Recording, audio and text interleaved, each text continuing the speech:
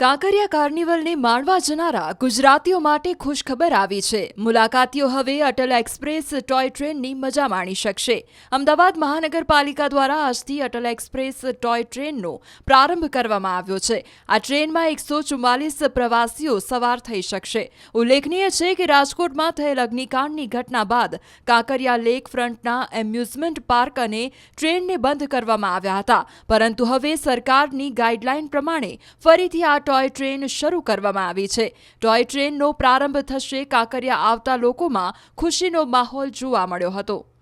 અટલ એક્સપ્રેસની શરૂઆત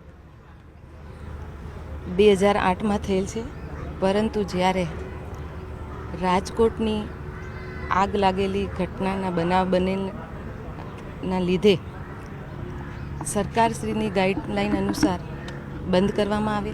એમાં amusement park અને ટોય ટ્રેન એટલે અટલ ટ્રેન બંને બંધ કરવામાં આવેલ છે। હવે ગુજરાત સરકારની સૂચના અનુસાર અને માર્ગદર્શિકા અનુસાર આ ટોય ટ્રેન અટલ એક્સપ્રેસનું આજે ફરીથી શરૂઆત કરવામાં આવી છે અને અહીંયા જે બાળકો જે અંદર બેઠા અને એમની જે ખુશી છે, જે પ્રસન્નતા છે, એ જોઈને અમને ખૂબ જ આનંદ થયો। અમદાવાદ મ્યુનિસિપલ કોર્પોરેશન દ્વારા દર વખત આવી કોઈક ઘટના બનતી હોય છે ત્યારે બંધ કરીએ પણ એની તરત જ એનું સમાધાન લઈને, એનું નિરાકરણ લઈને શરૂઆત કરવામાં આવે છે।